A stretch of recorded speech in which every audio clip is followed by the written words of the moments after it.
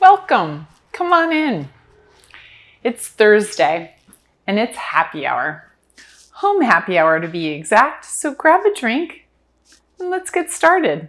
Hi everybody. It's Claire Paris with Paris Group Realty, LLC in Portland, Oregon.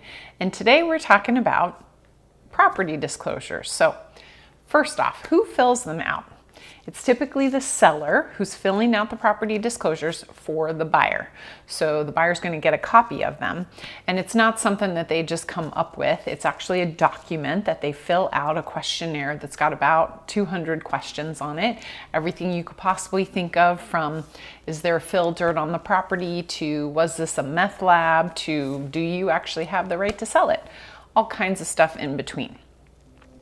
Once you get that document as a buyer, you can look it over and say, yeah, no, I don't like what you've told me here. I want to get out and get my earnest money back. So it is a typical contingency in our sales contract.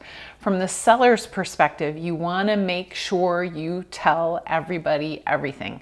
Now, it's funny because my engineer people and my architect people, like, you'll get a property disclosure from those type of people, and it's going to be like 15 pages extra of handwritten stuff of everything they've done on the house.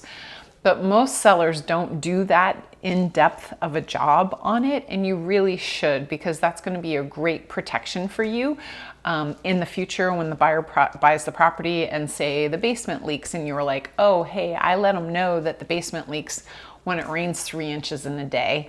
Then it's not that big of a deal. But if you didn't tell the buyer that, and then it happens, a month after closing, they're wondering why you didn't tell them.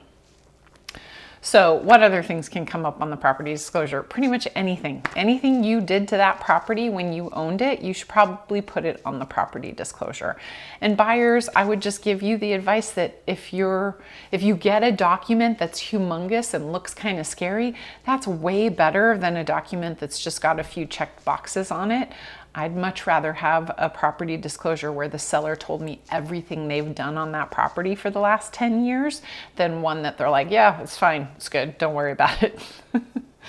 Of course, this probably brings up all kinds of other questions, and we've got great information on property disclosures, all things property disclosures. So check out our other home happy hours. And of course, thanks so much for tuning in. Cheers.